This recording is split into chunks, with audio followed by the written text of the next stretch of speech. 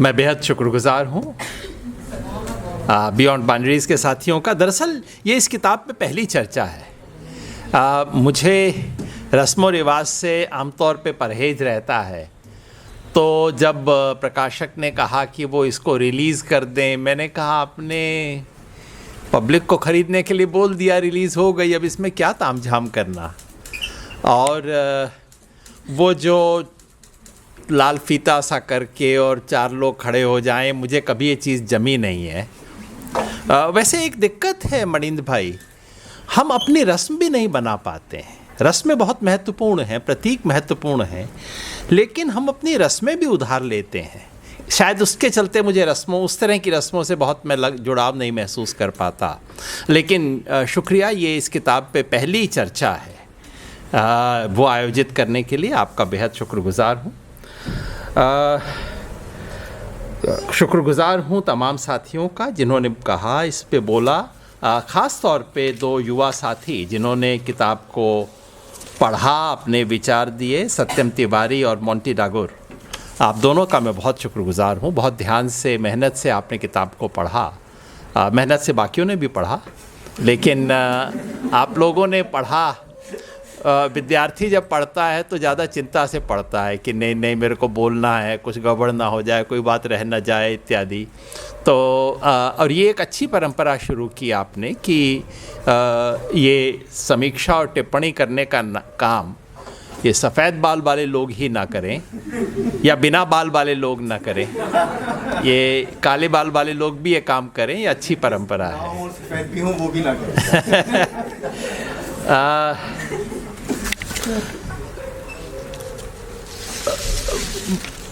आप में से कुछ बातें आपने कहीं जो मैं खुद साफ देख नहीं पा रहा था, तो शुक्रिया। हिलाल भाई ने कहा कि उसे जो मेरे पिछले जन्म का कुछ जो लेखन है उससे जोड़ते हुए पूर्व जन्म और इस जन्म को जोड़ा आपने।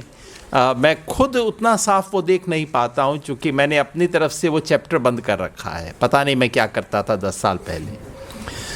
लेकिन आपको उसमें जाहिर है एक ही व्यक्ति है तो कोई ना कोई तार तो होगा जोड़ते हुए। आपको वो दिखा, उसके लिए शुक्रगुजार हूँ। मोहिंदर भाई का शुक्रगुजार हूँ कि आपने उसे आइडिया ऑफ इंडिया की बहस से जोड़ा। मणिंद्र भाई बिल्कुल सही कह रहे हैं। मेरे लिए स्वधर्म आइडिया ऑफ इंडिया का ट्रांसलेशन नहीं है। आइडिया ऑफ इंडिया स्वधर्म का बहुत ही एक स्थूल ट्रांसलेशन है। दरअसल वो सुनील खिलनानी की पुस्तक, क्योंकि सुनील मेरे बहुत पुराने मित्र हैं और मैं उन चंद लोगों में से था जिन्होंने इस पूरी पुस्तक को प्रकाशन से पहले पढ़ा था, जिसके एक एक पंक्ति पे टिप्पणी दी थी मैंने आइडिया ऑफ इंडिया किताब पे। और वो मुझे याद है उस वक्त भी मैंने जो टिप्पणी की थी वो ये थी कि ये पूरी किताब पढ़ के मुझे ये नहीं समझ आया कि आइडिया ऑफ इंडिया है क्या।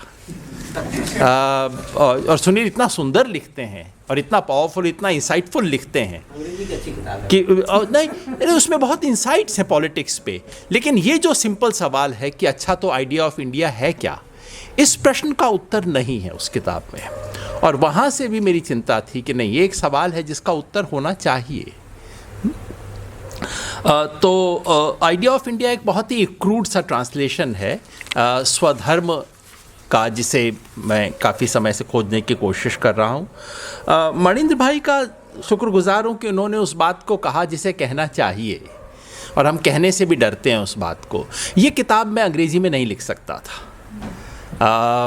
क्योंकि अंग्रेज़ी में जैसे ही लिखता फिर वो सर पे सुदीप्त कविराज भी रहते, राजीव भार्गव भी रहते, कहीं शेल्डन पोलॉक का डर लगता तो कहीं रोमिला थापर से डर लगता, कहीं ए.के. रामानुजन आ जाते, तो ये सब, और फिर किसका फुटनोट दिया और किसकी रेफरेंस ठीक ढंग से दी कि नहीं दी, और सोचते सोचते जो आप कहना चाहते हैं वो कहीं और चला जाता है। और ये किताब लिखने की प्रक्रिया में मैं था, तो ये जो पहला लेख, और मुझे शुक्रगुजार हूँ कि आपने उस पहले लेख पे ध्यान दिया ज़्यादातर साथियों ने, क्योंकि वो इसमें एक स्थापना उसमें वही है, पहला लेख और अंतिम लेख, उन दो में कुछ एक स्थापना की कोशिश है। तो जब मैं वो लेख लिख रहा था तो हिलाल भाई ने मुझे कहा कि आप सब कुछ भूल जाइए ना, आप जो कहना चाहते हैं कह दीजिए। तो मैंने उस बात को गांठ बांध लिया कि जो कहना है वो कह देना चाहिए, फुटनोट बाद में होते रहेंगे, मेरे से गलत हो जाएंगे, कोई मुझसे बेहतर फुटनोट बना देगा। इसकी बजाय अपनी बात कह दी जाए। और सच ये है कि अंग्रेज़ी का ऐसा बोझ और आतंक रहता है कि हम जो बात कहना चाहते हैं कह नहीं सकते, कह नहीं पाते, कम से कम मेरे जैसे लोग नहीं कह पाते। नहीं, देखो मेरे जैसे लोगों की तो दिक्कत ये भी है कि अंग्रेज़ी में हाथ तंग है थोड़ा, तो ये भी लगता है कि वो बात अंग्रेज़ी में नहीं कह सकता मैं जो कहना चाहता हूँ। तो वो कई लोगों के साथ ये सीमा नहीं है, उनकी अंग्रेज़ी अंग्रेज़ों से ज़्यादा अच्छी है। कई हिंदुस्तानी इस वक्त नहीं, कई हिंदुस्तानी आजकल अंग्रेज़ों से बेहतर अंग्रेज़ी लिख रहे हैं, उसमें कोई शक नहीं है, लेकिन कहीं ना कहीं ये एक बोझ रहता है। और जब मैं हिंदी कह रहा हूँ इसका अर्थ आप हिंदी से न लें, इसका मतलब पंजाबी हो सकता है, इसका मतलब तेलुगु हो सकता है, तमिल हो सकता है, वो सब बराबर हैं। मतलब जिस भाषा में हमने दुनिया को महसूस किया, जिस भाषा में हमने जिया, उस भाषा में हम लिखते नहीं हैं। और जैसे ही हम आते हैं तो पॉलिटिकल साइंस में एक स्प्लिट हमारी पर्सनैलिटी बन जाती है। मुनीरका में जाके हम एक दूसरी सिर्फ भाषा नहीं बोलते, एक दूसरे कॉन्सेप्चुअल यूनिवर्स में आ जाते हैं, और जेएनयू में घुसते ही हमारा कॉन्सेप्चुअल यूनिवर्स बदल जाता है। वो दिक्कत है। ये मुनीरका और जेएनयू की दूरी के बारे में मैं पहले भी कह चुका हूँ, बहुत बड़ी दूरी है। कुछ हो सकता है 100 साल की दूरी हो सकता है बहुत 5000 किलोमीटर की दूरी हो इन दोनों के बीच। वो दूरी बहुत ख़तरनाक चीज़ है। तो आपने उसकी तरफ इशारा किया, बहुत अच्छा लगा मुझे। जो कुछ सवाल हैं उसका उत्तर मैं आज नहीं दे पाऊँगा, उस सवालों को मैं अपनी जेब में रख लेता हूँ और बाद में कोशिश करके जवाब दूंगा। जो एक दो बात सत्यम भाई ने पूछा कि ये जो बाहरी समर्थन वाली बात थी उससे वो सहमत नहीं थे, मैं समझना चाहूँगा। वो उसका संदर्भ ये है कि जब भारत में ये जो हुआ था, क्या उन महिला का नाम है, उन्होंने कुछ बहुत ऊटपटांग हरकत, ये नुपुर शर्मा जी ने कुछ एक बहुत ऊटपटांग चीज़ कही थी प्रॉफेट मोहम्मद के बारे में, तो उसके बारे में तमाम वेस्ट एशिया के देशों के बड़े बड़े बयान आ गए थे, और हमारे कई सेकुलर मित्र उससे बहुत खुश हो गए थे कि हमें अंतर्राष्ट्रीय समर्थन मिल रहा है। मैंने कहा इस अंतर्राष्ट्रीय समर्थन से बच के रहिए। जैसे कल परसों किसी का आ गया कि अमेरिका की किसी संस्था ने भारत के धार्मिक अल्पसंख्यकों की स्थिति पर चिंता जताई है। भैया इनकी चिंता से बच के रहिए। ये इन लोगों ने पूरी दुनिया में जो किया है, उसके बाद ये मुझे बताएं कि आप अपने अल्पसंख्यकों के साथ क्या कर रहे हो। भैया आप अपने लैटिनों के साथ ठीक कर लीजिए, आप मैक्सिको वाला मामला ठीक कर लीजिए, आप अपने ब्लैक्स के साथ ठीक कर लीजिए, मुझे मत बताइए। तो इनसे तो दूर रहना चाहिए, मेरी अपनी धारणा रही। तो मैंने उस पर लिखा था, जिससे अपूर्वानंद जी बहुत असहमत हुए, तो हमारे 2-3 लेख उस प्रश्न पे थे। तो मैं जानना चाहूँगा कि असहमति है क्या। जो चाबी ढूंढने वाला मामला है, वो मुहावरा सिर्फ इसलिए है कि राजनीति में कई बार आपको जहां आप ये नहीं कह सकते कि वो आदर्श अवस्था में वो चीज़ मुझे कहाँ मिलेगी, जो है आज वहाँ से आपको शुरुआत करनी है, और वही केवल उस मुहावरे का अर्थ है। दूसरा, आपने राष्ट्रीय सुरक्षा के सवाल का कहा। मुझे लगता है कि हम सब सेकुलर, लिबरल, प्रोग्रेसिव लोग इस सवाल पे सोचने से बचते हैं, और इसके चलते ये सवाल स्ट्रेटेजिक अफेयर्स के कुछ लोगों की जेब में आ जाता है, जो उसके नाम पर बिल्कुल एक बहुत ही एक नैरो सी सोच को पेलते रहते हैं दिन रात। लेकिन उसका कारण ये है कि हम लोग इस सवाल पे सोचते नहीं हैं। हमने एक बड़ा विचित्र सा डिवीजन ऑफ इंटेलेक्चुअल लेबर बना रखा है, और वो ये है कि पैसा कमाना न्यू लिबरल्स का काम है, वो पैसा खर्च कैसे किया जाए ये बताना मेरा काम है। ये तो नहीं चल सकता। राष्ट्रीय सुरक्षा सुनिश्चित करना इन स्ट्रेटेजिक अफेयर्स वालों का काम है, और उस राष्ट्र के भीतर ह्यूमन राइट्स कैसे बचाए जाएंगे ये मेरा काम है। इतना कन्वीनियंट डिवीजन ऑफ लेबर हम नहीं कर सकते, हमें दोनों चीज़ों पे चिंता करनी होगी। यही बात मैंने उसमें कही है। खैर, तो और जो 2 गहरे सवाल मणिंद्र भाई ने और हिलाल भाई ने पूछे हैं, उनका मैं थोड़ा और सोचूंगा। जो मेथड का सवाल आपने पूछा है उसके बारे में, और जो मणिंद्र जी ने जो कहा सर्वधर्म समभाव से ज़्यादा आगे बढ़ना चाहिए, मैं सहमत हूँ। मैं समभाव शब्द को इसी अर्थ में समझता हूँ। समभाव का मतलब केवल आदर नहीं है, समभाव, और सम का मतलब उनकी आलोचना भी है, तो जो राजीव भार्गव कहते हैं, मुझे हमेशा राजीव भार्गव ने हालांकि इस फ्रेज़ को खारिज कर दिया है, सर्वधर्म समभाव को, मुझे अभी भी लगता है कि ये फ्रेज़ कहीं ज़्यादा गहरा है, प्रिंसिपल डिस्टेंस की पूरी भावना को, और उससे भी आगे बढ़ के है इस फ्रेज़ में कुछ, तो वो इस पर हम बात कर सकते हैं। जो आपने कहा व्याख्यात्मक और विश्लेषणात्मक, वो बिल्कुल सही बात है और मैं वहीं से शुरू करना चाहता हूँ। आप सबकी उदारता है कि आपने इस किताब का बहुत खुले मन से स्वागत किया है और इसके जो सही पक्ष हैं उसे उजागर किया है, और पहली समीक्षा में ऐसा ही होना चाहिए, तो मैं आपकी उदारता के प्रति कृतज्ञ हूँ। लेकिन अगर मुझे मौका मिले तो मैं इस किताब का आलोचक होना चाहूँगा कि मैं अगर मणिंद्र भाई की बात को एक दूसरे शब्दों में कहूँ तो ये एक अधूरेपन का दस्तावेज है। सच यही है। ये किताब बेसिकली क्या कह रही है, बाकी सब विस्तार की बात है। आज देश में जो हो रहा है उसके बारे में चिंता है, एंग्जाइटी, चिंता ही है, और इस देश पे जो लादा जा रहा है हिंदुत्व के नाम पर, राष्ट्रवाद के नाम पर, उसके खिलाफ हम सब लोग खड़े हैं। हम में से काफ़ी लोग शायद खड़े होंगे, मैं भी खड़ा हूँ। तो एक तरफ तो चिंता ये है कि इस देश पे किस तरह का हमला हो रहा है। दूसरी चिंता ये है कि जिन लोगों के साथ मैं खड़ा हूँ इस हमले का मुकाबला करने, उनसे भी मैं सहमत नहीं हूँ। ये जो हमारा पूरा सेकुलर, लिबरल, प्रोग्रेसिव खेमा है, इसके विचारों से दरअसल मैं इसकी पॉलिटिकल पोजीशन से मैं सहमत हूँ कि आज इस देश को बीजेपी और आरएसएस के इस हमले से बचाना है। आज सबसे बड़ा धर्म ये है, इससे मैं 100% सहमत हूँ, इसलिए उस लड़ाई में उनके साथ खड़ा हूँ। लेकिन उसकी जो बुनियादी स्थापनाएं हैं उनसे दरअसल मैं असहमत हूँ, और जितना सोचता हूँ उनसे और असहमत होते जाता हूँ। तो अगर ये किताब आपको इस चिंता के लिए आमंत्रित करती है कि इस देश के जो एक बिल्कुल मूल कुछ चीज़ें हैं, बुनियाद है, उस पे हमला हो रहा है, और हमले का मुकाबला करने वाले जिन औज़ारों का इस्तेमाल कर रहे हैं वो औज़ार खर्च हो चुके हैं, ख़त्म हो चुके हैं, जंग लगे हुए औज़ार हैं, इस इलाके के लिए नहीं कहीं और के लिए बने हुए औज़ार हैं। अगर इतने से आप सहमत हो जाएं तो इस किताब का काम पूरा हो गया। उसके बाद अगर आप आगे बढ़ के पूछें कि अच्छा ये तो चीज़ें आपको स्वीकार नहीं हैं, अगर आप इतना कर लें कि ठीक है ये खतरा है और इस खतरे का मुकाबला करने के लिए हमें इस तरफ नहीं इस तरफ मुड़ना चाहिए, इतने भर अगर आपको ये किताब कन्विंस कर पाए तो मैं इस किताब की सफलता मानूंगा। उसके बाद आप में से कई साथी पूछेंगे इस तरफ मोड़ तो दिया लेकिन इसका नक्शा तो बताओ।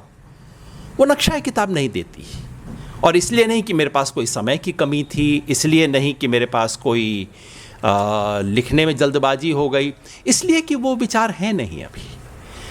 और वही वो इशारा है कि एक नए वक्त के नए विचार आ रहे हैं, धीरे धीरे आ रहे हैं, और हो सकता है और मेरी उम्मीद है कि आप सब उसे मुझसे बेहतर बनाएंगे।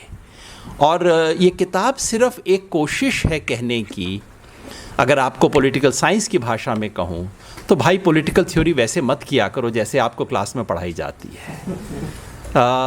ये पॉलिटिकल थ्योरी कहीं और शुरू होगी, और इस पॉलिटिकल थ्योरी की शुरुआत कुछ वक्त के लिए, जैसे मैंने यहाँ पे लेक्चर भी दिया था 2-3 महीना पहले, तब भी मैंने कहा था कुछ वक्त के लिए ग्रामशी को भूल जाइए, फुको को भूल जाइए, रॉल्स को साइड पे कर दीजिए।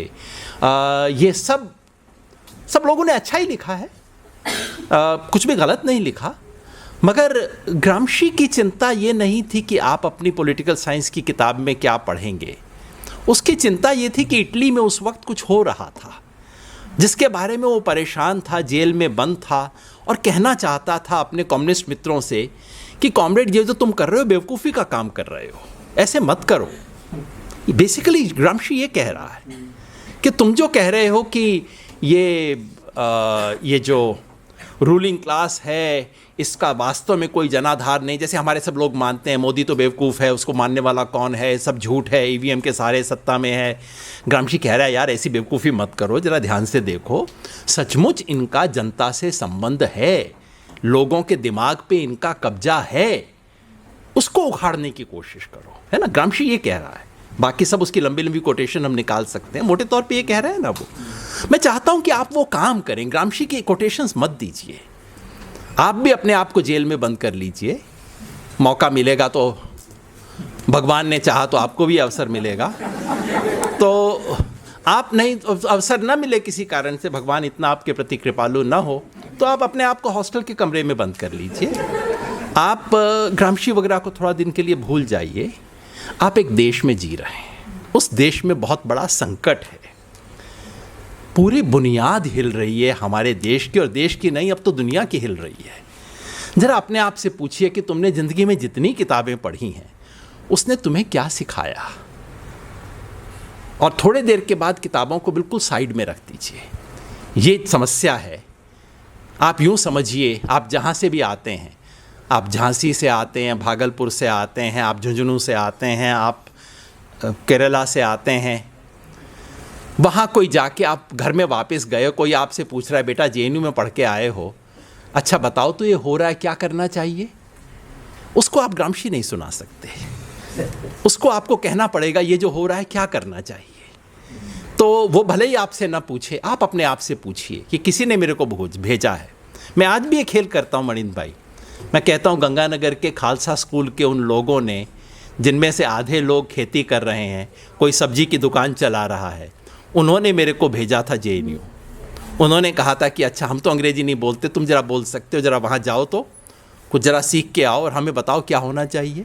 मेरे गांव के लोग मेरे से शायद पूछते हैं, अरे तुम बड़े विद्वान आदमी बने हो, सुनता है, तो क्या सीख के आए, क्या करना चाहिए?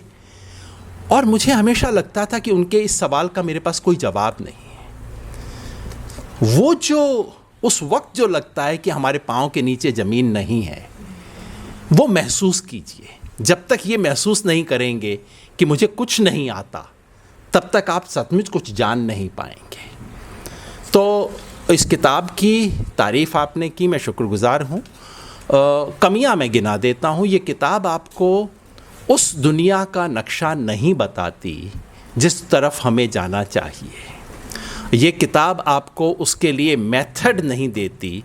मेथड आप बना लीजिए, पॉलिटिकल साइंस आप करते हैं, मैं तो नहीं करता, उसका मेथड बना लीजिएगा। लेकिन देखिए, दुनिया में कभी भी कोई व्यक्ति मेथड बनाने के लिए नहीं बनाता, कभी नहीं बनाता, कोई नहीं बनाता। जैसे कभी भी कोई हलवाई छानने की विधि का आविष्कार नहीं करता, वो रसगुल्ले बनाता है, वो लवंग लतिका बनाता है, वो ये सब बनाता है, और उस प्रक्रिया में कोई एक नया औजार निकल आता है। जो हलवाई सिर्फ औजार बनाने के लिए औजार बनाता है, उसकी मिठाई आप कभी ना खाइएगा। तो आप मिठाई बनाइए, औजार अपने आप बनते जाएंगे, है ना।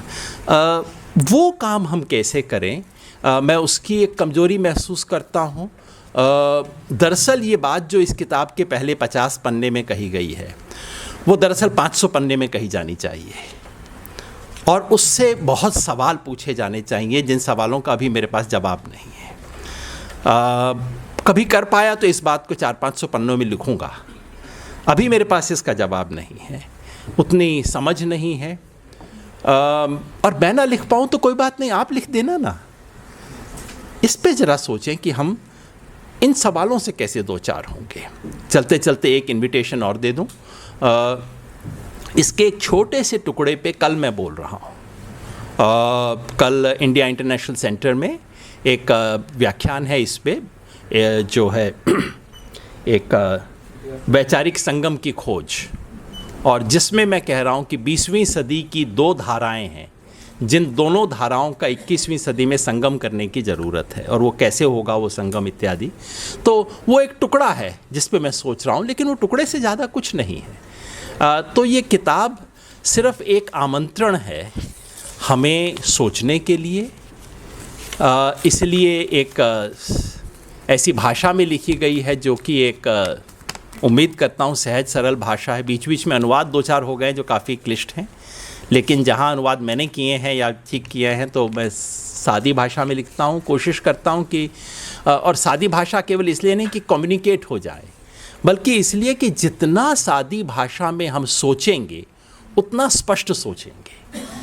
ये जो हम अपने आप को अलाउ कर देते हैं जार्गन की सबसे बड़ी दिक्कत ये है कि वो हमें सोचने का शॉर्टकट दे देती है ना। तो अगर हम वो न करें, अपने तरीके से सिंपल भाषा में लिखें तो शायद हम बेहतर सोच पाएंगे, ऐसा मेरा अनुमान है। सवाल।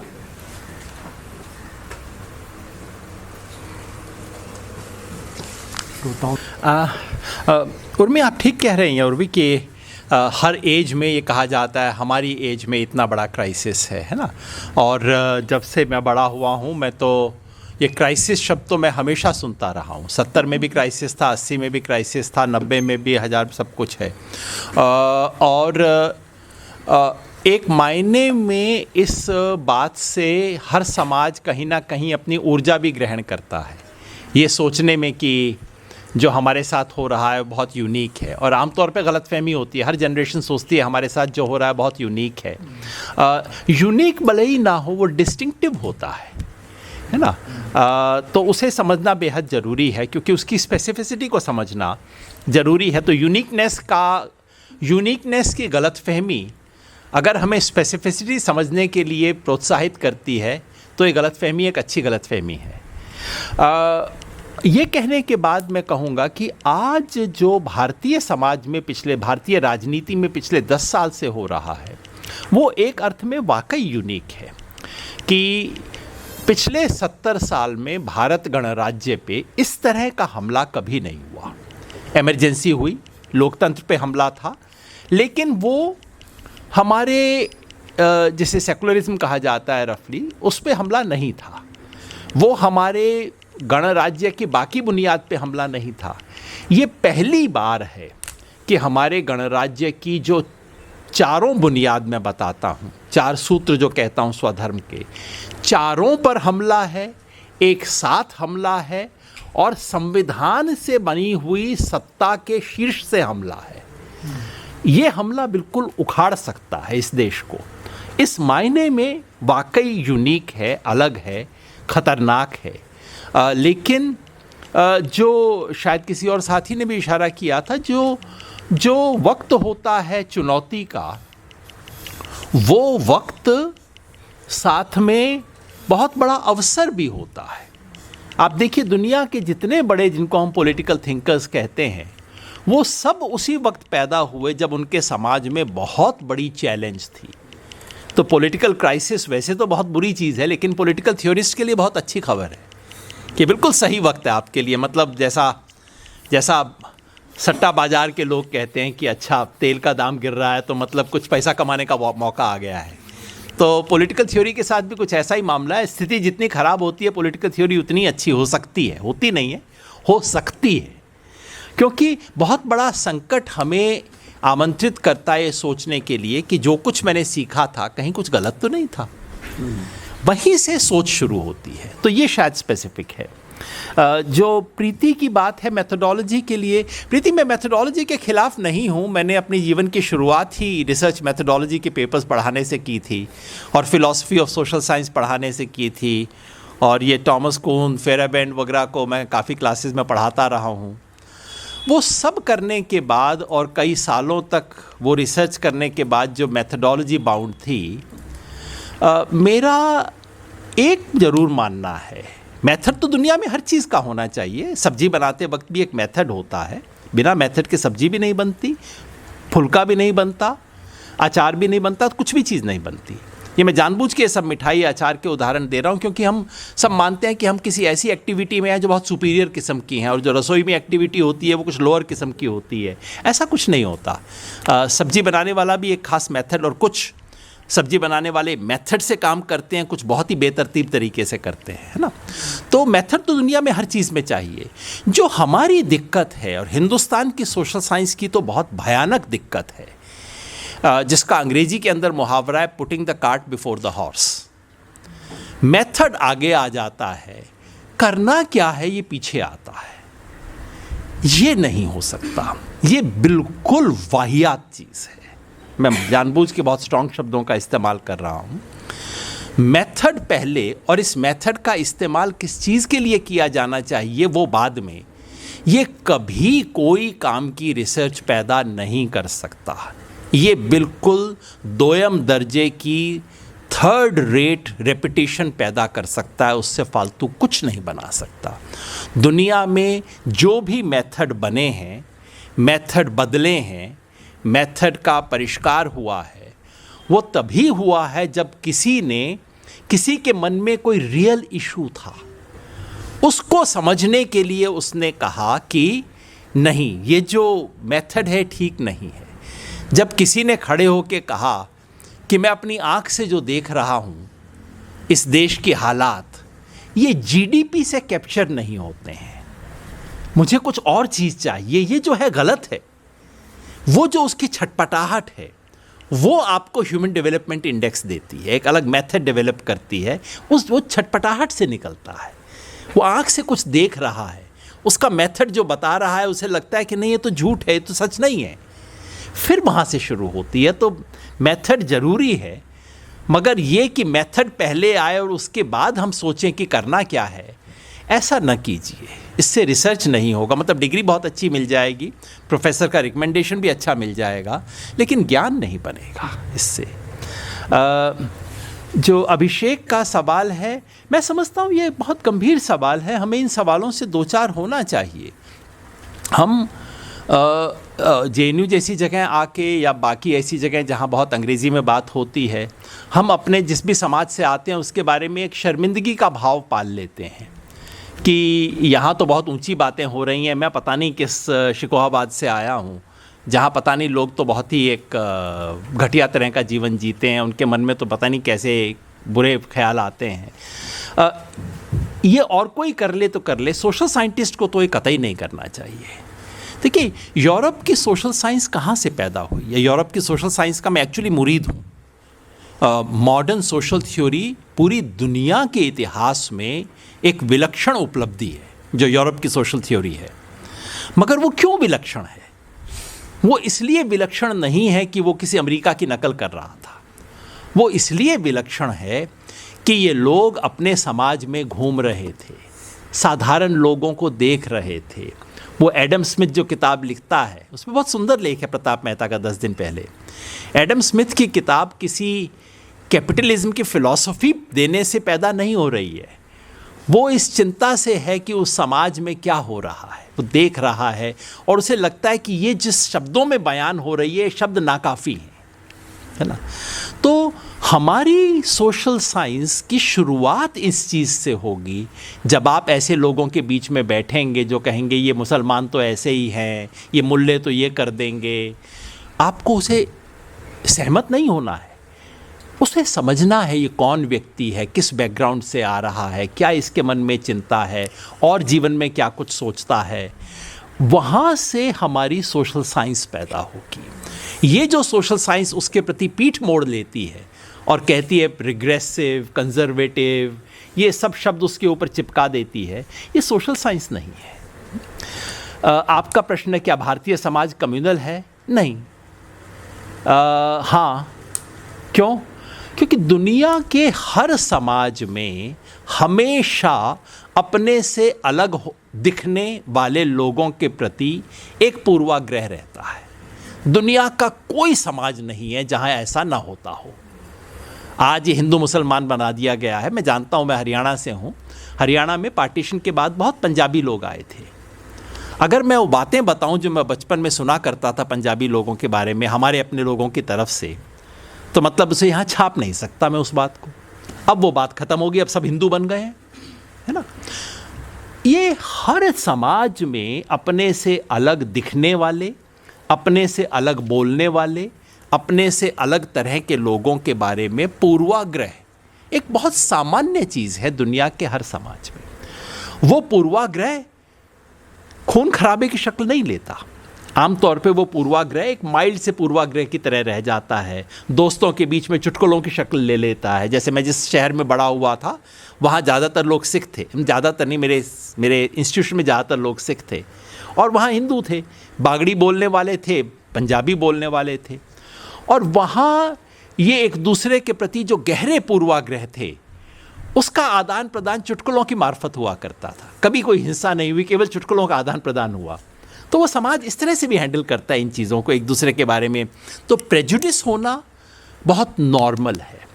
वो प्रेजुडिस घृणा की शक्ल ले ये जरूरी नहीं है, और वो घृणा हिंसा की शक्ल ले ये तो कतई जरूरी नहीं है। तो क्या भारतीय समाज में प्रेजुडिस हैं? बिल्कुल है।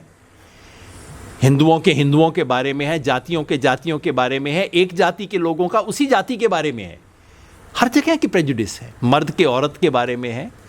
मगर ये जो और हिंदू और मुसलमान के एक दूसरे के बारे में गहरे प्रेजुडिस है, ये सामान्य नहीं है।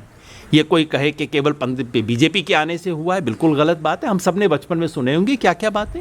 गहरे प्रेजुडिस है जो हिंदू और सिख के नहीं है, इतने गहरे प्रेजुडिस हैं।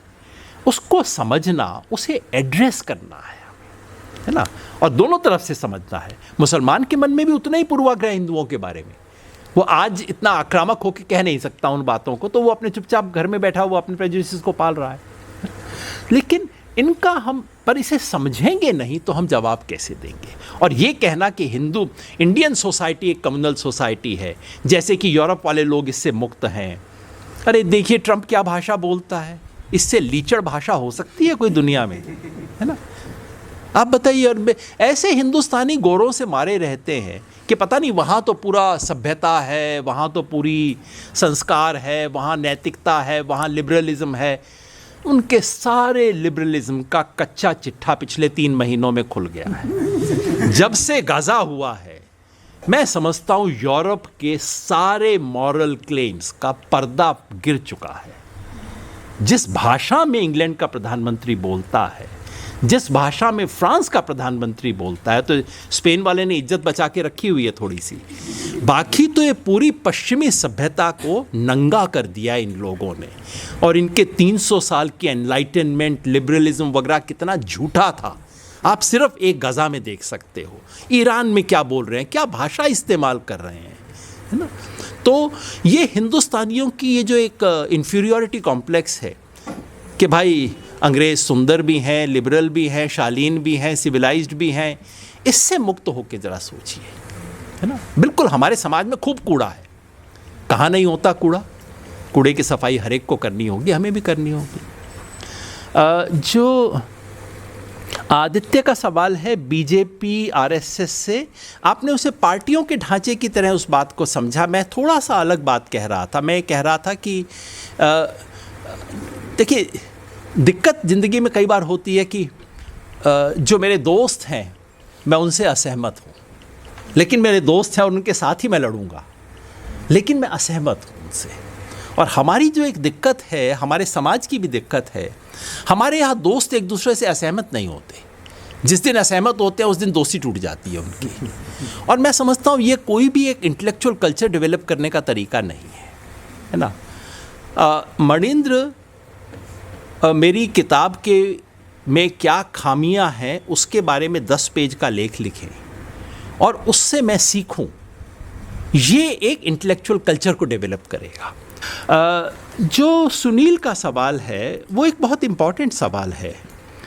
सुनील का सवाल जिन्होंने बहुत स्नेह से पूछा, लेकिन ज़रा कड़क होके अगर पूछते तो वो ये कह सकते थे कि आपकी भाषा में और आरएसएस की भाषा में क्या फ़र्क है? आप तो मुझे वही आरएसएस की भाषा सिखा रहे हो, राष्ट्र, धर्म, संस्कृति, प्रेम, इतिहास। ये एक इम्पॉर्टेंट सवाल है। और मैं समझता हूँ इस पे बहस होनी चाहिए। ये जिस भाषा का प्रयोग मैं कर रहा हूँ, मुझे अच्छा लगा आपने सवाल पूछा है। भाषा का जो प्रयोग मैं कर रहा हूँ ये अनायास नहीं है, अचानक ऐसी भाषा का इस्तेमाल करना शुरू कर दिया जो आमतौर पे स्वधर्म पुस्तक के टाइटल पे लिखा होगा तो आधे लोग तो मान लेंगे राइटिस्ट है तो, है ना? क्योंकि हमने कुछ भाषा को अब उनके हाथ में पकड़ा दिया है ना? लेकिन उस पे सवाल ये बनता है कि क्या ये शब्द अपने आप में हमें उसी दिशा में तो नहीं ले जाते? मेरे ख्याल से नहीं। कुछ शब्दों के बारे में लड़ाई करनी चाहिए, कुछ शब्दों को खोना नहीं चाहिए। धर्म उनमें से एक है डेफिनेटली। और ये धर्म शब्द केवल जिसे आज हम हिंदू कहते हैं उसके लिए नहीं। मैंने इस पे रिसर्च किया जो थोड़ा बहुत मैं कर सकता था कि अर्ली इस्लाम ने धर्म शब्द को कैसे समझा हिंदुस्तान में। दारा शिको ने धर्म शब्द का क्या ट्रांसलेशन किया। अर्ली क्रिश्चियनिटी, हिंदुस्तान में क्रिश्चियनिटी यूरोप से पहले आ गई थी भाई। हमारे यहाँ तो बहुत पुरानी क्रिश्चियनिटी है, उन्होंने धम्मण शब्द को कैसे इस्तेमाल किया। ये धर्म शब्द जो है ये तथाकथित हिंदू धर्म का शब्द नहीं है, ये हमारी सिविलाइजेशन की वैल्यूज़ में से निकला शब्द है, जिस पे आज कब्जा करके और उसको ये बनाया जा रहा है। और जो आपके सवाल से भी रिलेट करता है, जो अभिषेक ने पूछा था, वो ये कि आज जो धर्म की व्याख्या हो रही है वो यही है, हिंदू धर्म, मेरा धर्म तुमसे बेहतर, और ये सारी जो व्याख्या हो रही है, इसका दो तरह का उत्तर हो सकता है। एक उत्तर ये हो सकता है, अरे भाई धर्म का मतलब ये तो कंजर्वेटिव है, रिएक्शनरी है, धर्म की बात करोगे इसी तरह के पछड़ों में फंसोगे तुम, तो इसलिए सेकुलर हो जाओ। सेकुलर हो जाओ का मतलब एथिस्ट हो जाओ, धर्म से ऊपर उठ जाओ, इस तरह की बकवास को छोड़ दो, धर्म का मतलब सुपरस्टिशन इत्यादि। ये हमारे देश का स्टैंडर्ड सेकुलर प्रोग्रेसिव उत्तर रहा है अब तक। मोटे तौर पे हमारे देश के तमाम प्रोग्रेसिव लोग आपको बताते रहे हैं कि आप सच्चे सेकुलर इसी दिन बनेंगे जिस दिन ये लाल नमाज पढ़ना बंद कर देंगे। तब सच्चे अभी तक पूरे सेकुलर हो नहीं पाए, क्योंकि दिन में 5 बार नमाज पढ़ते हैं, ये इनकी दिक्कत है। दूसरा उत्तर ये हो सकता है, ये उत्तर बार बार दिया गया है और मुझे लगता है ये बिल्कुल गलत उत्तर है। ये उत्तर हमें वहाँ पे लेके आया है जहाँ हम आज खड़े हैं। एक अलग उत्तर की ज़रूरत है, वो ये है जो धर्म पे दोबारा अपना कब्जा करे। धर्म का मतलब धार्मिक संस्थाओं पे नहीं। धर्म जो शब्द है, ये धर्म शब्द और जितने रिलीजन्स भी हैं, जो रिलीजन धर्म नहीं है लेकिन जितने रिलीजन भी हैं, ये बहुत एक गहरी विरासत की तरफ इशारा करते हैं। उस विरासत की तरफ से जब हम जिस दिन पीठ मोड़ लेंगे, इस समाज में हमारा कुछ नहीं बचेगा। और हमने सबसे बड़ी भूल यही की है। धर्म, राष्ट्र, संस्कृति, इन सब शब्दों से हमने पीठ मोड़ दी। हमने थाली में रख के ये शब्द सजा के बीजेपी के हाथ में पकड़ा दिए, तुम्हारे हैं तुम ले जाओ। और अब हम कह रहे हैं हाय मेरे हाथ में कुछ नहीं बचा। अगर आप ये दे दोगे 3, तो उसके बाद आप क्या करोगे किसी देश में? ये हो रहा है। आपने कहा कि काउंटर हेजमनी कैसे बनाई जाए। काउंटर हेजमनी बनाने के लिए आपको ये समझना होगा कि हम धर्म की तरफ पीठ नहीं मोड़ सकते। मेरे मित्र DR नागराज कहा करते थे, हमें एक प्रति संस्कृति बनानी है, प्रतिष्ठान बनाने हैं। ये सेकुलर लोग ये क्यों नहीं सोचते कि ऐसे मठ हों जो कि समता के मठ हों? ऐसा क्यों होता है कि हमारे बीच जब भी सेकुलर प्रोग्रेसिव लोगों की कोई बातचीत होती है, उसमें कोई भगवा कपड़ा पहने हुए व्यक्ति दिखाई नहीं देता है? क्यों नहीं देता है? भगवा कपड़ा कब से इन घटिया हरकतों का प्रतीक बन गया है जो कि आज उसके नाम पे की जा रही है। एक ज़माने में स्वामी अग्निवेश दिखाई दिया करते थे मुझे अपने बीच, आजकल तो वो भी दिखाई नहीं, अब तो वो रहे नहीं है ना।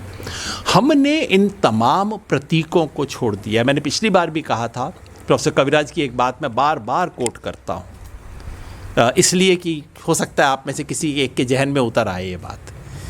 शब्दों से लड़िए, अल्फ़ाबेट से मत लड़िए। हम अल्फ़ाबेट से लड़ते रहे पिछले 100 साल से। इस देश के सेकुलर लोग, सेकुलर प्रोग्रेसिव लेफ्टिस्ट अल्फ़ाबेट से झगड़ा करते रहे। अम्बेडकराइट्स भी करते हैं यही काम।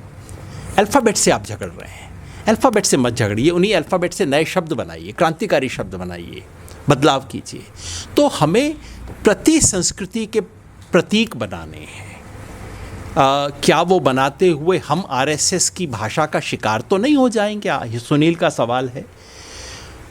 नहीं होंगे सुनील, अगर हम इसमें गहराई से जाके करें तो। अगर हम सतही तौर पे करेंगे तो ये आज की तारीख में पिच उनका है, इस पे आप खेलेंगे तो आउट हो जाएंगे। लेकिन अगर आप इसकी गहराई से पड़ताल करें तो आज से 100 साल पहले भी ये पिच उनका नहीं था। राष्ट्र जो है, इस पे बीजेपी RSS वालों का मतलब क्या है इस शब्द से? जिन लोगों ने अपना एक कतरा खून का नहीं बहाया, वो आज राष्ट्रवाद के ठेकेदार बन के बैठे हैं। लानत तो हम लोगों पे होनी चाहिए कि हमने कर दिया है ये। इसमें दोनों से, इस बात से न तो लेफ्टिस्ट लोग सहमत हैं, ना अम्बेडकराइट सहमत हैं, और मैं दोनों से असहमत हूँ। मैं अम्बेडकराइट से पूछना चाहता हूँ, बाबा साहेब जीवन के अंत में कह सकते थे सब धर्मों को लात मार सकते थे, उसकी बजाय उन्होंने बुद्धिज्म क्यों अडॉप्ट किया? क्या कुछ स्पिरिचुअल होगा उसमें? स्पिरिचुअल की आपने बात कही, बाबा साहेब की एक स्पिरिचुअल क्वेस्ट है जिसकी तरफ हमने ध्यान नहीं दिया है। बाबा साहेब ब्रह्मिज्म के बारे में कुछ कहते हैं, ब्रह्मवाद, ये ब्राह्मणवाद नहीं, ब्रह्म की जो अवधारणा है, और बाबा साहेब कहते हैं कि जो ब्रह्म की अवधारणा है इससे बड़ा डेमोक्रेटिक कोई विचार हो ही नहीं सकता दुनिया में। अम्बेडकराइट इस बात को छुपाते क्यों हैं? इस बात से डील क्यों नहीं करते हैं? मैं समझता हूँ गहराई से इन चीज़ों पे विचार होना चाहिए, और ये डर जरूर लगेगा। धर्म, संस्कृति, राष्ट्र, संस्कृति के प्रति एक आत्मसम्मान बिल्कुल होना चाहिए। क्या इसका मतलब है हमारी संस्कृति में सब कुछ अच्छा है? बिल्कुल नहीं। दुनिया की हर संस्कृति में, हर कल्चर में कूड़ा होता है, खूब जम के कूड़ा होता है। उस कूड़े को आप कूड़ेदान में डालिए, पानी को फिल्टर कीजिए, नदी का पानी पीजिए। कोई ये नहीं कहता इस नदी में मैंने एक दिन लाश को बहते हुए देखा था इसलिए जीवन भर अब मैं इसका पानी नहीं पीऊँगा। आप कहेंगे ना फिल्टर कर लिया करो भाई। हर कल्चर यही करती है, और इस देश का आज़ादी का जो आंदोलन था वो फिल्टर था। उसने इस देश के 3000 साल के पानी को फिल्टर से निकाला, कुछ चीज़ों को कूड़ेदान में डाला जिसमें जाति व्यवस्था एक थी, महिलाओं के प्रति व्यवहार इस देश का था, उनको कूड़ेदान में डाला, बाकी चीज़ों को लिया। ये हमें करने की ज़रूरत है। वर्षा का सवाल था कि ये जो जन आंदोलनों ने किया, मैं दरअसल जन आंदोलन शब्द का इस्तेमाल इसलिए नहीं करता वहाँ पे क्योंकि जन आंदोलन बहुत एक आधुनिक अर्थ में इस्तेमाल हो रहा है। मैं आंदोलन शब्द का इस्तेमाल करता हूँ क्योंकि बुद्धिज्म क्या है? आंदोलन है। जैनिज्म आंदोलन है। भक्ति आंदोलन तो हम आंदोलन ही बोलते हैं उसको। तो ये सूफी लोग क्या हैं? आंदोलन कर रहे हैं। राष्ट्रीय आंदोलन, वो जन आंदोलन पहले एक बना है, उससे पहले जन आंदोलन एक बहुत ही मॉडर्न फॉर्म को डिपिक्ट कर रहे हैं। मेरा बेसिक आर्ग्यूमेंट यहाँ यही है कि अगर आपको भारत के स्वधर्म को देखना है, आपको किसी शास्त्र में नहीं मिलेगा। वो स्वधर्म आपको आंदोलन के दौरान मिलेगा। आंदोलन इस देश के स्वधर्म की अभिव्यक्ति करते हैं, और इसीलिए बीजेपी आंदोलनों से इतना घबराती है, क्योंकि वो उस चर्निंग में, वो जो चर्निंग के मोमेंट हैं वो हमारे रियल मोमेंट है, हमारी कल्चर और सिविलाइजेशन के।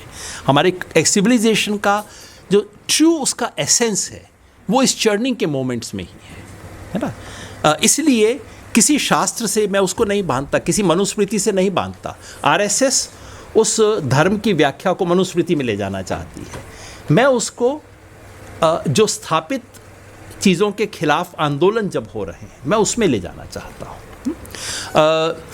क्या इसका जो अभी धार्मिक आंदोलन हो रहे हैं, जो उससे आपके थीसिस का टॉपिक रहा होगा ज़रूर, तो मैं सिर्फ इतना कह सकता हूँ कि हम प्रोग्रेसिव लोगों ने और अंग्रेज़ी बोलने वाले सोशल साइंटिस्ट ने इन चीज़ों पे बहुत कम ध्यान दिया है। जैसे कांवड़ होती है तो कांवड़ में क्या कुछ बदतमीजी होती है हम सब लिख देते हैं, उसके बारे में अखबार में भी छप जाता है, गुंडाई भी करते हैं, कांवड़ के नाम पे तमाम चीज़ें हो रही हैं। लेकिन क्या ये केवल गुंडाई है? इसमें कुछ और हो रहा है। जी, नरेश गोस्वामी बहुत सुंदर किताब लिखी है उन्होंने, मुझे बहुत अच्छा लगा कि उन्होंने केवल उस दृष्टि से नहीं लिखी जहां आप कह सकते थे कि ये देखो कांवड़ के नाम पर गुंडागर्दी हो रही। बिल्कुल ये सब हो रहा है। किस धर्म में नहीं हो रहा? सब धर्मों का पतन हो रहा है इस देश में, और सब धर्म गुरुओं का पतन हो रहा है। और हमारी सबसे बड़ी दिक्कत ये है कि हम इतने सेकुलर बन गए हैं कि हम इस चीज़ के बारे में मुंह खोल नहीं सकते।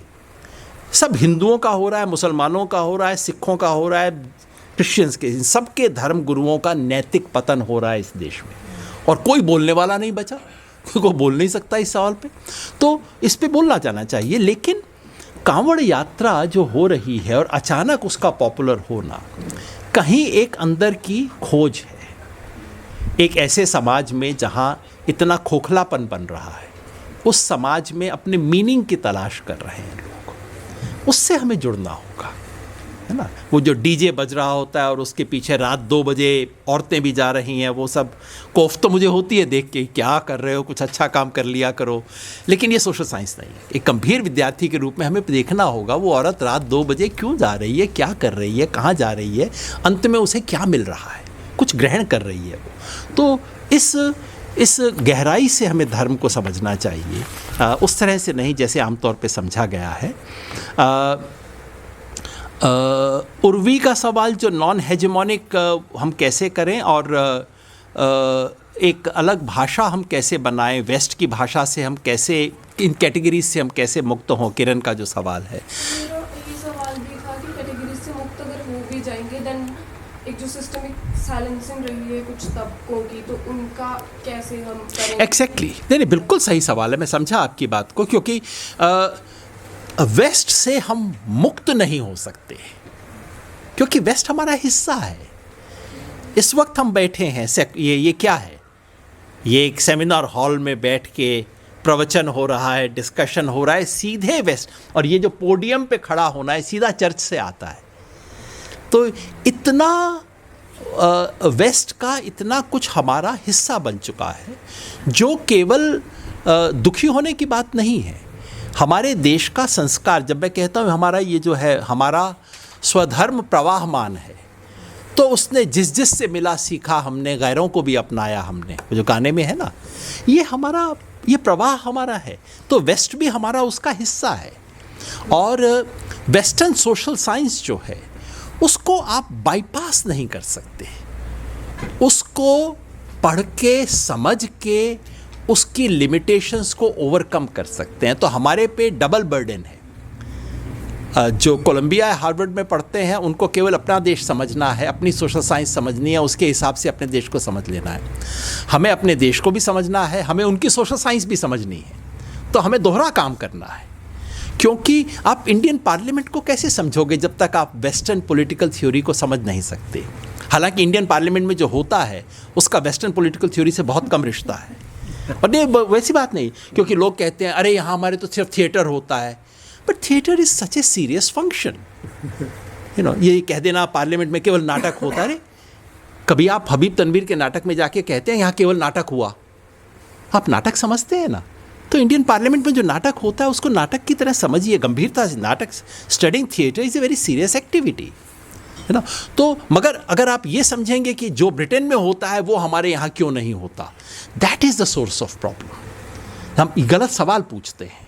अगर हम सवाल, तो वेस्टर्न पॉलिटिकल थ्योरी को पढ़ना, वेस्टर्न सोशल साइंस के कॉन्सेप्ट्स को समझना जरूरी है। It's necessary, it is not sufficient. हमारा जो सेकंड बर्डन है वो ये है, बर्डन या रेस्पॉन्सिबिलिटी।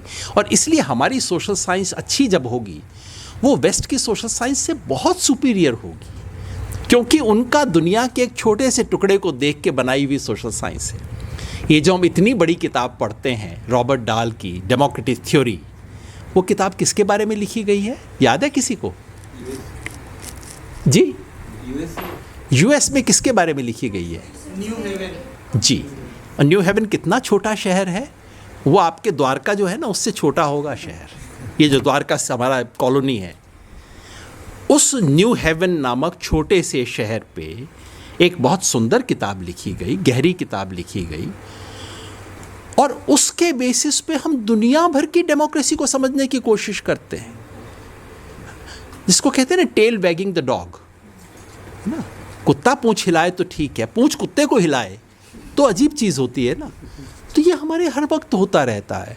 तो बिल्कुल रॉबर्ट डाल की किताब पढ़नी चाहिए, लेकिन ये सोचना कि रॉबर्ट डाल की किताब मेरे को बिहार के बारे में एक गहरी अंडरस्टैंडिंग देगी, ये मानने का कोई कारण नहीं है। जितना बिहार को समझने से न्यू हेवन पढ़ने में, समझने में जितनी मदद मिलेगी, उतनी मदद आपको न्यू हेवन पढ़ने के बाद बिहार समझने में मिलेगी, है ना? ऐसा क्यों नहीं हम मानते?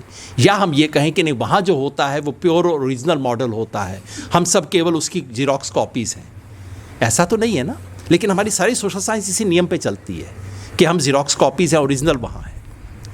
इसको जब हम छोड़ देंगे तो इसलिए हमारी सोशल साइंस डेफिनेटली सुपीरियर होगी, क्योंकि वो हमारी सोशल साइंस इनहेरेंटली कंपैरेटिव रहेगी, जो उन्होंने नहीं की थी, उन्हें ज़रूरत नहीं थी। हालांकि वहाँ भी कुछ अच्छी चीज़ें हुई। अमेरिकन डेमोक्रेसी पे सबसे अच्छी किताब एक फ्रेंच व्यक्ति ने लिखी थी, जिसने अमेरिका के बारे में कुछ नहीं पता था, उसने जाके वहाँ किताब लिखी थी। तो हमारी सोशल साइंस वो होगी। इसलिए मैं बिल्कुल नहीं कहूँगा कि आप वेस्टर्न सोशल साइंस ना पढ़ें या इसको एकदम बाईपास कर दें, नहीं। Sir, if I I can rephrase because हाँ? at that time I said it we transcend. बिल्कुल। अगर हम उसको यूज भी करें उसे ट्रांसेंड करने की बिल्कुल। कोशिश करें, that's what I हाँ, meant. Transcendence is a very good metaphor. That's what I हाँ, used in उसको the पढ़ के और उसमें क्योंकि और उसमें सब दिख और ऐसा कोई बनी बनाई हमारे पास रेडीमेड ऑथेंटिक इंडियन भाषा नहीं है जो कि आपको इंडियन समाज पढ़ने में एकदम बना देगी। मणिंद्र वगैरह कोशिश कर रहे हैं वो भाषा बनाने की, लेकिन वो बनानी पड़ेगी, बनी बनाई नहीं है, आपको बनानी पड़ेगी जैसा वेस्टर्न सोशल साइंस बनाई गई। 100-200-300 साल की मेहनत से एक नई भाषा बनाई गई, हमें भी एक नई भाषा बनानी होगी, क्योंकि अगर पुरानी भाषा को इस्तेमाल करेंगे तो हम आरएसएस के ट्रैप में फंसेंगे।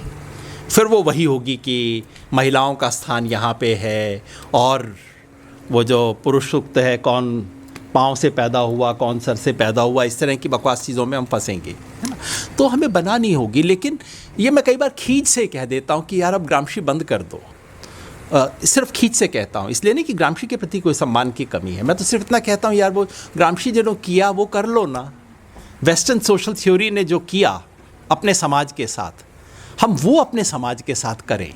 वेस्टर्न सोशल थ्योरी से सबसे गहरी सीख ये होगी, बजाय कि उनके शब्दों का इस्तेमाल करके हम अपनी अपनी चीज़ों का एक्सप्लेन करने की कोशिश करें।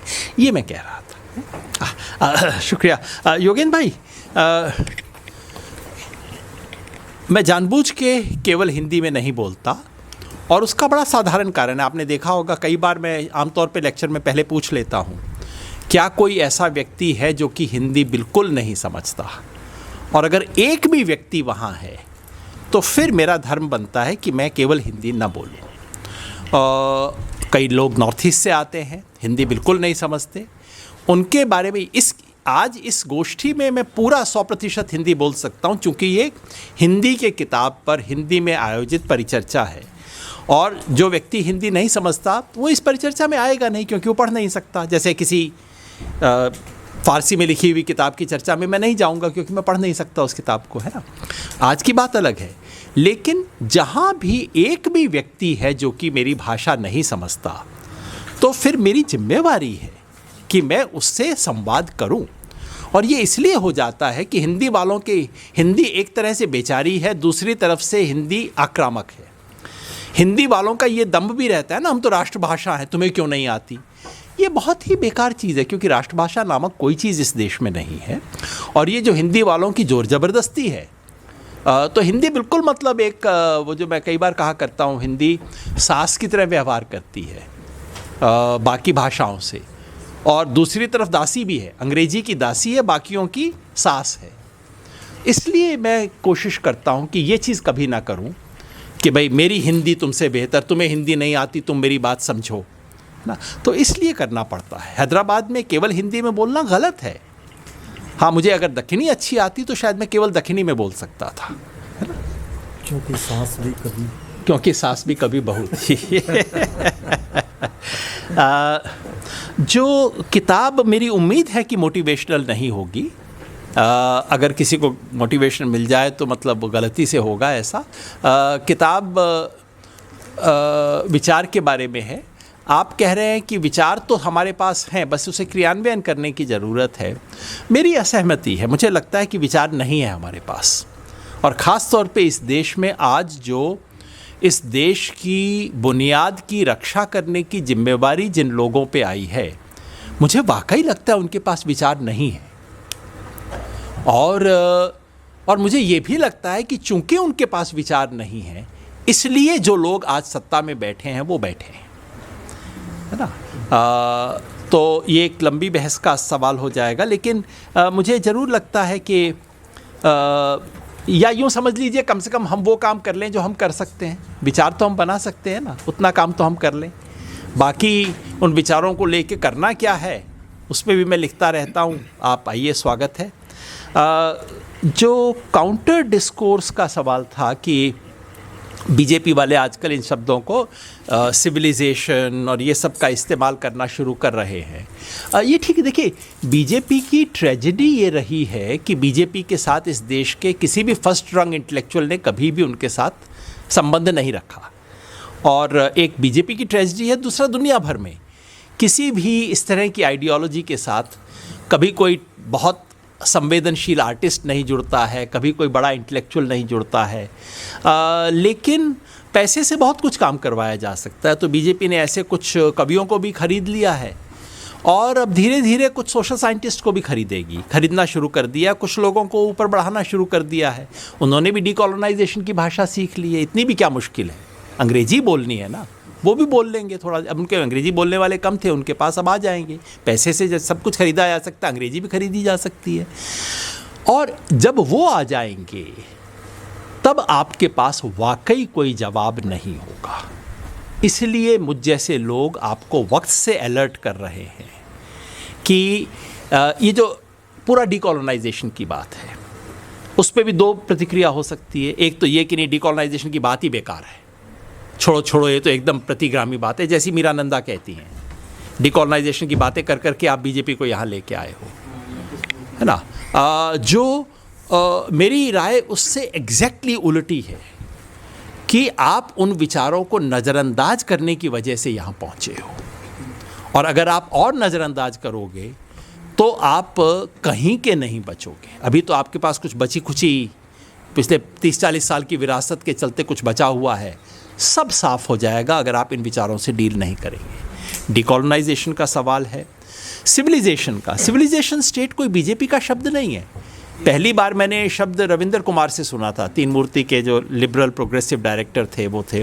और भारत देश यूरोप के देश जैसा देश नहीं है, ये तो एक बुनियादी मान्यता होनी चाहिए ना। हम फ्रांस नहीं हैं, हम इंग्लैंड जैसा छोटा द्वीप नहीं है ना। तो अगर हम ये सब शब्द भी, डीकोलोनाइजेशन ऑफ माइंड जैसे शब्द भी अगर हम आरएसएस को दे देंगे तो फिर भगवान ही मालिक है हमारा, है ना। इन चीज़ों से तो आपको रिलेट करना पड़ेगा, इसका तो कुछ सीरियस जवाब होना पड़ेगा। और ये डीकोलोनाइजेशन का जो सवाल है, मुझे लगता है बहुत गंभीर सवाल है और सिंपल सवाल है। मैं अपने तमाम लेफ्टिस्ट प्रोग्रेसिव दोस्तों से सिंपल चीज़ पूछना चाहता हूँ, दोस्त, तुम मानते हो कि अंग्रेज़ों ने आके इस देश में एक कॉलोनियलिज्म किया, अंग्रेज़ों ने इस देश का आर्थिक शोषण किया, तुम भी मानते हो, मैं भी मानता हूँ। अंग्रेज़ों ने आके, यूरोप की ताकतों ने आके इस देश में राजनीतिक साम्राज्य कायम किया, तुम भी मानते हो, मैं भी मानता हूँ कि था और गलत था, शोषण हुआ। क्या इस देश का कल्चरल कॉलोनियलिज्म भी हुआ? क्या इस देश का इंटेलेक्चुअल कॉलोनियलिज्म हुआ? इस सवाल पे सोचो तो जवाब तो दो मुझे। 100 साल से तुम इस सवाल का जवाब देने से बच रहे हो, अब तो जवाब दो, ये तो पूछना पड़ेगा। बहुत ही अच्छी और सकारात्मक चर्चा हुई और बहुत सारे आइडियाज़ क्षण के सामने आए। एक आइडिया जिसको मैं रेखांकित करना चाहता हूँ वो ये है, जो पॉलिटिकल थियोरी और पॉलिटिक्स दोनों के केंद्र में है, और वो ये है कि राजनीतिक अवधारणाओं की जो शब्दावली है उसमें कॉन्टेस्ट होता भी है और होते रहना भी चाहिए। वो डेमोक्रेसी के लिए भी ज़रूरी है और काउंटर हेजेमनी के लिए, दोनों ही सवाल यहाँ उठाए गए। क्योंकि डेमोक्रेसी सिर्फ एक राजनीतिक प्रक्रिया चुनाव के इर्द गिर्द नहीं है, वो भाषाओं और शब्दावली के में भी डेमोक्रेसी होगी, कॉन्टेस्ट होगा, वो पॉलिटिक्स की एक ज़रूरत भी है। और हेजेमनी के जो कॉन्सेप्ट है ग्रामशी का, उसकी काफ़ी चर्चा हुई, काउंटर हेजेमनी की, उसके भी केंद्र में है कैसे अवधारणाओं के ऊपर कॉन्टेस्ट भी हो और उनको जीता भी जाए, कब्जा किया जाए, ऐसे एक चौकी है। तो इसलिए योगेंद्र जी की एक बड़ी अचीवमेंट है इस किताब में, जो कुछ अवधारणाएं जैसे जो राइट विंग डिस्कोर्स के केंद्र में हैं, धर्म खास तौर पे और संस्कृति, दोनों को और सभ्यता, इन तीनों को वो इस किताब के केंद्र में लाके और कंटेस्ट करते हैं और एक चुनौती भी पेश करते हैं कि उसको, इस कंटेस्ट को कैसे जारी रखा जाए। इसी के साथ मैं आप सबका और सभी वक्ताओं का, मोंटी, सत्यम, हिलाल, मनींद्र और योगेंद्र जी, सबका धन्यवाद देता हूं और इस सभा की समाप्ति करते हैं।